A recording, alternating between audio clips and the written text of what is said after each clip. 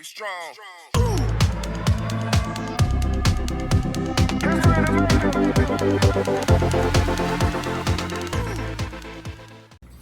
So I made a few recent changes down here in the fish room.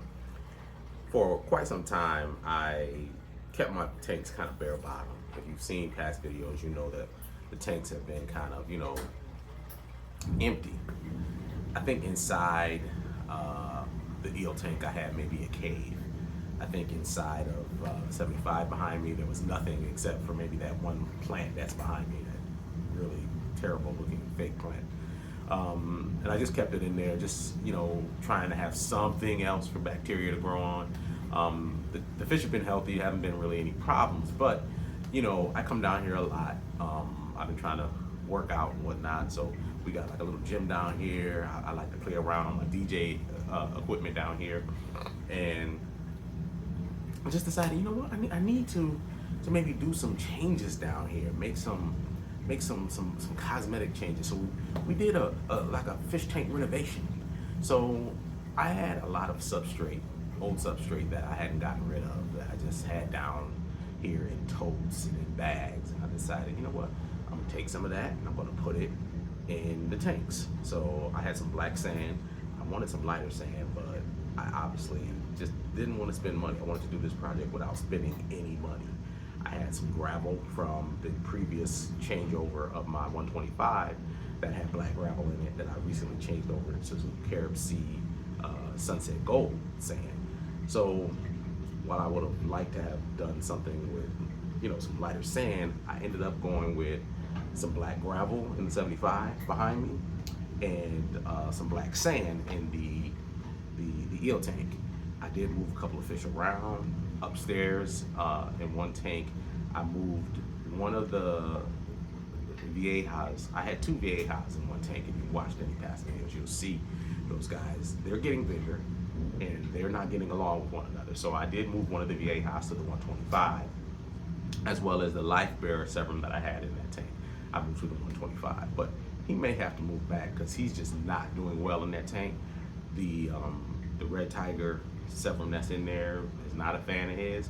He chased both the vieja and the life bearer when I put him in there, but he seems to have accepted the life bearer, the vieja, but not accepted the life bearer.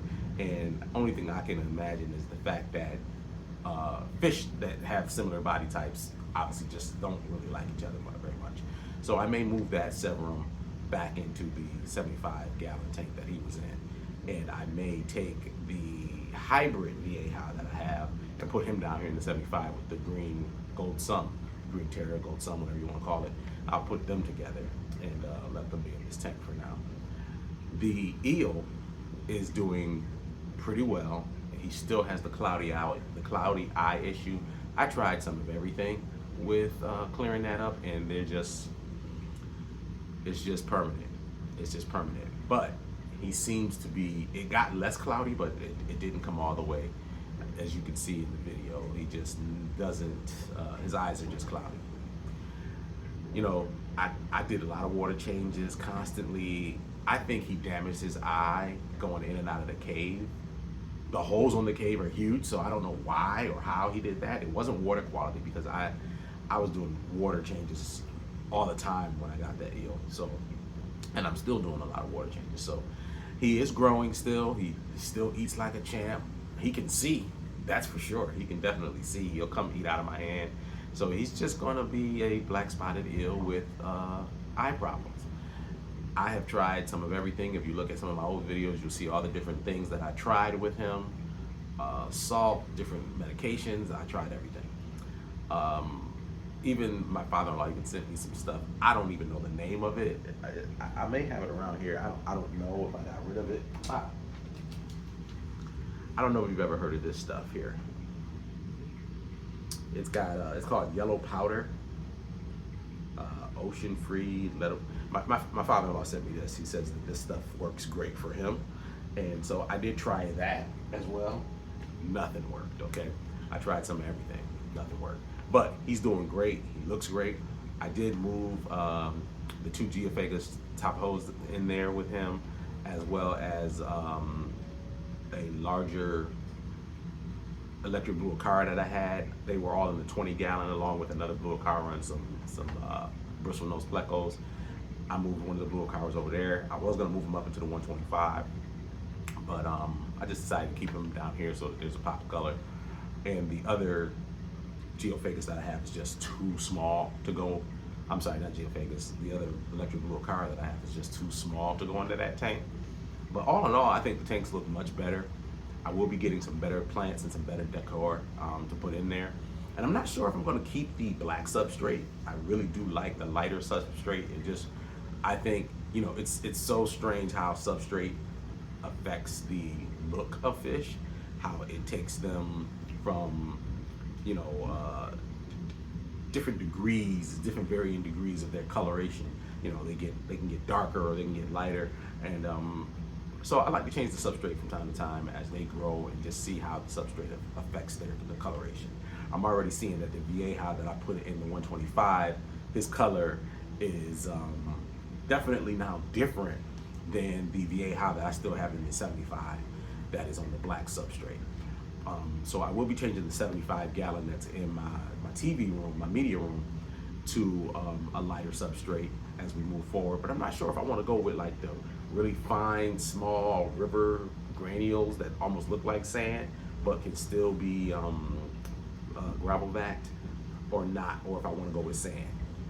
Time will tell, we'll see. When I do my next cleaning on my FX6, I wanted to give it some time. I don't clean my FX6s that often, maybe twice a year, 3 times sometimes, but no more than twice a year. But I may do a cleaning on my FX6 or FX4 on the 125 just to see, since I've changed it over, if any sand has made it into the FX. If sand has made it into the FX, then I will take the Carib Sea Gold out, and I will move them into move that sand into the tanks down here, and I will go with the Jungle River rock that Carib Sea has that looks like sand but is not sand, and it won't go into the filtration. So I'll move to that, and it's lighter as well and has a natural look to it. So I'm waiting to see how that looks. So I can't wait to crack one of those open now that it's been a little bit of time now, and see whether or not that has happened. Because if that has happened, I've already replaced the motor and the propeller and things like that on the FX4. I don't want to keep doing that. So if that's the case, then I will be removing it. I did put another tank down here. Well, it was already down here, but I had emptied it out. It's a 38 gallon. It's an odd size, but I am going to be filling that with some fish as well. I had reduced my tank footprint, and I don't think I'm going to add any more outside of that, other than that 38. Down the road, what I would like to do is probably just have a bunch of 20 gallon tanks, some 20s. I plan to get a couple 20s, and I'll keep the 75 and the 55, and I will eventually get rid of the 38, and I'll have like 3 20 gallon tanks, because the maintenance and the care on them is just so much easier. And I'm not really going to be getting larger fish. I mean, the largest fish that I want to own is a fish that might go up to 14 inches. I don't really want the monster fish. That's another video that's coming that I'm working on right now, talking about the monster fish craze that is sweeped, you know, for the past 10-15 years. It's just been a rush on monster fish, and there's nothing wrong with monster fish, so this isn't a bash on monster fish, but there definitely is some problems with the monster fish craze that is out there, and that's going to be an interesting video. But in the meantime, we did renovate these 2 tanks, and I think they look great. I think it definitely adds to the aesthetic down here. I think it looks much better than it used to look. I'm loving the eel is out more, and I want to say that I owe that to the sand, because the eel wasn't out that much. The gold sun behind me wasn't as active as he is right now. He's swimming back and forth like crazy. He's sometimes sitting on the bottom. He wasn't doing it. He looked very mopey and sad, and so decorations ain't just for us. I think the fish really do enjoy them. Obviously, there's beneficial bacteria that grows on the decorations. That's a big help and a big plus. But I'm seeing the fish love it. I'm waiting to see if the geophagus sift through the sand. I put them in that tank also to help keep the sand clean. My goal is to move them up to the bigger tank. I am going to be doing a video also on big tank versus monster tanks versus regular tanks. And I think regular tanks, I'll go into that more on that video. But right now, I just really wanted to show what I did, and it's not done. And I know some of you are probably like, you know, you got plants floating above your head, you got this nasty looking plant back here, but it's all right. I just wanted to get some decoration in there, and I'll be rolling up my sleeves in a few minutes and getting in that tank and straightening it back out. And I plan on going out today to look at some more decor, and I want to decorate those plants and those tanks rather, and get them looking the way I want to. But I just wanted to show you, you know, you saw the bear tanks, and some people love the bear tanks. I've seen some absolutely gorgeous bear tanks online. I really have. It's a big thing I notice in other countries where the bottoms are bare and they look really good. I do like minimal tanks, but sometimes I really like the tanks that have a lot of greenery going on as well. Wish I could have planted tanks, but my severums and a lot of the fish that I keep, they plant eaters and they'll tear them up. But until next time, don't forget to like, don't forget to subscribe. You know, really trying to get the viewers up, I get a lot of views, but I don't get a lot of subscribers. So I'm really looking to get some more subscribers. So like, subscribe. Catch you later.